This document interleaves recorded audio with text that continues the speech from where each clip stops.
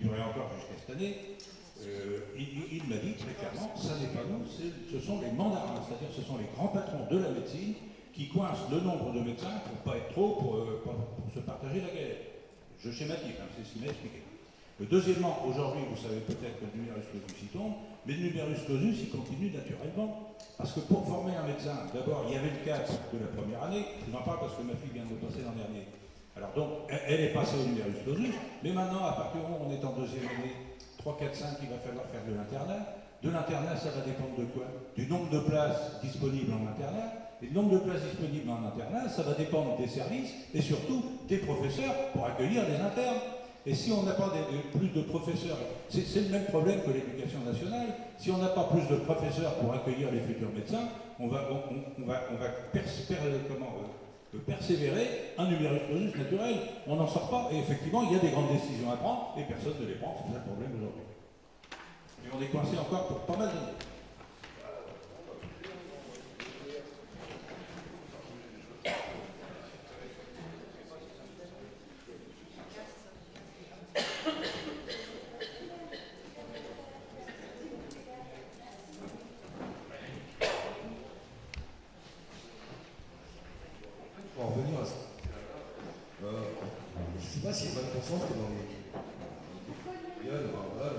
Collez le micro.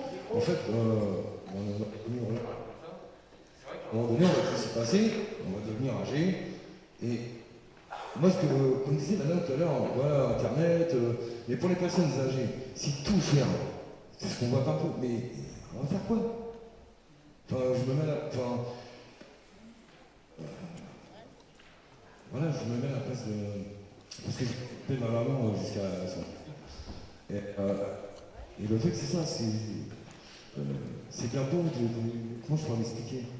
C'est-à-dire que vous êtes à la retraite, alors il n'y a pas de, comment on appelle, de transport, alors on va supprimer, c'est les impôts, les postes, la voyelle, si je ne me trompe pas, ils font Montfort, voyelle, enfin, voilà, on supprime des postes un peu partout, mais on va devenir quoi? Enfin, et là, aujourd'hui, je mets ça entre parenthèses, je crois que la ministre de la Santé, madame, je m'en rappelle plus.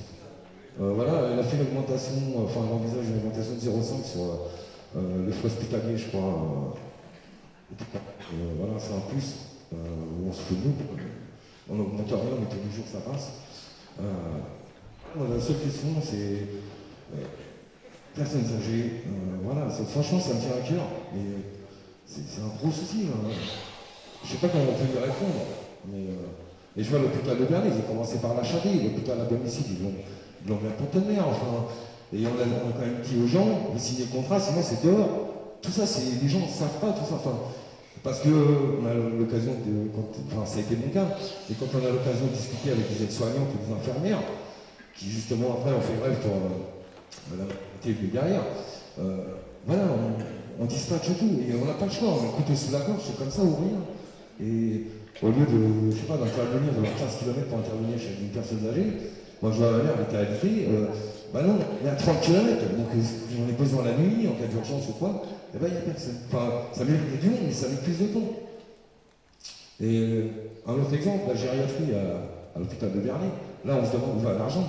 Moi j'y suis allé en 2016, j'ai 48 ans, je me suis fait opérer il y a 30 ans, ça n'a pas changé quoi. Même la peinture des murs, elle n'a même pas bougé, donc on se demande où va l'argent quoi. Sérieusement. Et quand, enfin je sais pas, du tout de service public. Vous demandez des couches pour, moi j'ai demandé des couches pour ma mère, on m'a dit ouais maintenant c'est une par jour. J'ai dit foutez de ma gueule, c'est bien pour moi qui ne peux pas payer pour c'est vous qui vous en amenez. Voilà, c'est un sujet, franchement, ça part comme ça, enfin c'est un autre exemple, mais vous voulez payer certaines sommes, ils encaissent plus, donc c'est permis. Mais si voilà, comment pas de transport, on me dit ouais il y a le train, ouais super. Enfin, style, pas l'envoi. On donne des rendez-vous à 9h30, le train il est à 7h10, si on n'a pas de véhicule, ça va jouer une voiture, mais enfin tout ça c'est un engrenage. Et puis je voulais juste, voilà, tu sais, comme je l'ai dit tout à l'heure, le CICE est fort. Il y a quand même, je crois que c'est 800 personnes sur le carreau là, et monsieur le maire il vient de s'inquiéter en fait ils ont donné 16 millions de CICE Mais finalement, Ford a joué le jeu, on l'a empoché un petit peu, maintenant on fout tout le monde dehors. En gros, c'est ça quoi. Et il y a quand même 16 millions d'euros qu'ils ont empochés. Il y a plein de trucs comme ça. Comme... Ouais, mais apparemment ils peuvent pas. Et maintenant, tout le monde crée au loup. Oh, il fallait pas. Hein. Ouais. Et surtout, ce que je voulais dire, c'est qu'en ce moment, M. Macron essaye de diviser tout le monde. Les gilets jaunes, les commerçants, les salariés, les chômeurs. Il faut rester unis. Mais vraiment, parce que lui, son but, c'est ça. C'est diviser pour mieux régner. Il laisse pourrir avec son grand débat qui va nous donner le résultat le 15 avril. Il nous dit que ça finit en mars, mais finalement, c'est le 15 avril. Donc là, il met les gilets jaunes, les casseurs. En fait, il essaie de tout mélanger. Un autre exemple. Sur le chômage, là, actuellement, les cadres, il a tapé sur les cadres. Et maintenant, il veut que les cadres gagnent, quand ils ont le chômage, qu'ils gagnent moins cher. Mais ce que je tiens à dire aussi aux gens, c'est que quand on touche le chômage, c'est quand même pas cotiser pour l'avoir. On n'a pas gratuitement, Macron ne donne rien en chômage. Parce que j'entends des trucs, des fois, ça me fait mal au cœur. On va bosser, voilà, on a cotisé, on y a le droit. Macron ne donne rien. C'est moi qui ai bossé. Et donc, en revenant à ça, pour l'histoire de ces cadres, là, en fait, il a mis les syndicats, il a mis le MEDEF, il a mis le syndicat, et en fait, lui, il s'est mis là tranquille, en disant de toute façon, ils ne vont pas s'entendre. Comme par hasard, ils ne sont pas entendus. Les autres, ils ont proposé je ne sais pas quoi, les syndicats ont refusé. Et lui, tout bon, dit de toute façon, vous voyez, les Français ne peuvent même pas s'entendre. Les syndicats ne s'entendent pas, les Français ne vont pas s'entendre. Et voilà, on est obligé de prendre la main. Là, il a pris la main. Et moi, ce que je regrette, c'est que même dans ce débat de ce soir, ils sont où les chômeurs? Ils sont où les gens dans le besoin? Que toute l'année vous rencontrez le chômeur. Toute l'année vous en rencontrez qu'au besoin, qui viennent vers où? Voilà, il n'y a pas à critiquer ou machin. Ils sont où? La maternité de Bernay. On dit ouais, il y a les femmes, les jeunes femmes de maintenant, qui vont en avoir besoin, ils vont être obligés d'aller à Lisieux, ils vont être obligés d'aller à Évreux. Il y avait plus, j'ai l'impression, c'est l'impression que ça m'a donné la dernière fois, où il y avait quand même plus de policiers que de gens qui manifestaient pour la maternité.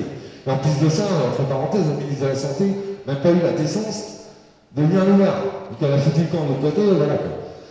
Voilà, tout ça c'est un fil conducteur, comme je disais. Voilà. Non mais je sais pas, c'est ce que je ressens. Ce qu'il faut c'est rester unis, gilets jaunes, voilà, chômeurs, salariés, tout le monde main dans la main contre ce gouvernement. Et pas dire c'est des gilets.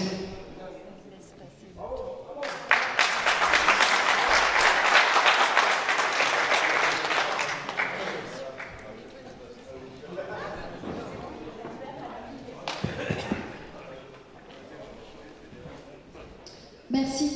La transition écologique, on évoquait tout à l'heure la nécessité d'avoir une fiscalité environnementale, j'ai entendu.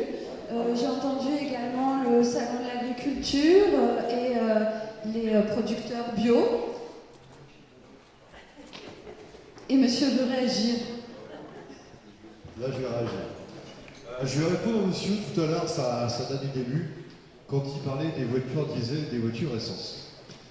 Il faut quand même savoir, donc moi j'ai quand même pas mal travaillé dans l'automobile, il faut savoir que les diesels actuels sont moins polluants que les véhicules essence.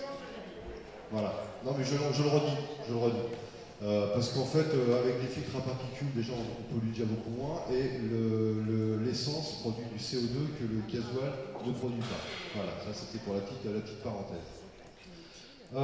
Encore une fois, je l'ai dit tout à l'heure, on nous demande à chaque fois de faire des efforts, et là je crois qu'on a un exemple flagrant je vais me permettre le mot, de foutage de gueule monumental. Parce qu'on nous demande de faire des efforts en remontant les taxes des carburants par exemple, mais parallèlement à ça, on va autoriser Total à aller forer en Guyane par exemple. Il y a quelque chose moi qui récemment, enfin je l'ai appris il y a quelques temps maintenant, mais je ne sais pas si tout le monde connaît Stocamine. C'est dans l'Est, en fait, c'est un site qui a été créé il y a maintenant, c'était début des années 90, si je ne dis pas de bêtises, où on a stocké, c'était apparemment temporaire, des déchets très polluants, ultra polluants pour certains, et ça devait être du temporaire. Et monsieur de Rugy, notre ministre de l'écologie, donc, a été interpellé par je ne sais plus quel député à l'Assemblée nationale, Et parce qu'en fait, le problème qu'il y a, c'est que tout a été, ça a été donc un parcours minier, en fait, où on a stocké en souterrain donc ces déchets, et au-dessous d'une nappe phréatique. Et là, ce qui se passe, c'est qu'actuellement, les galeries commencent à s'effondrer, et donc Monsieur de Rugy a été interpellé sur ce sujet, parce qu'évidemment, aux alentours, les citoyens ne sont pas spécialement contents avec ce principe-là. Et Monsieur de Rugy propose donc de bétonner toutes les galeries en fait, qui ont été creusées pour stocker ces déchets-là. Donc les déchets restaurés finalement définitivement ici. Donc c'est des choses.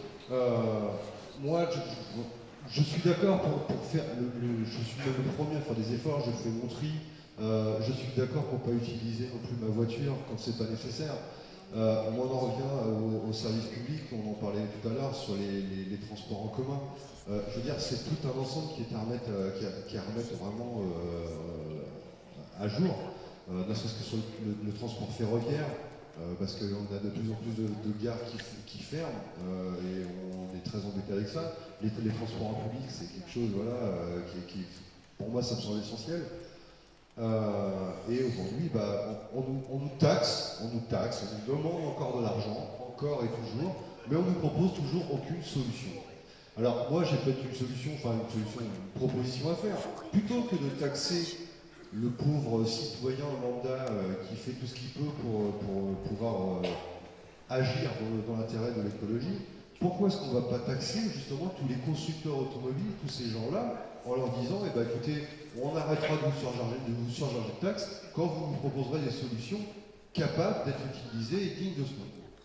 C'est pas à nous de payer, je veux dire, nous on fait ce qu'on peut à notre niveau, on ne peut pas payer pour tout le monde. Quand on voit que l'essentiel de la pollution mondiale, ce sont les bateaux, ce sont les avions,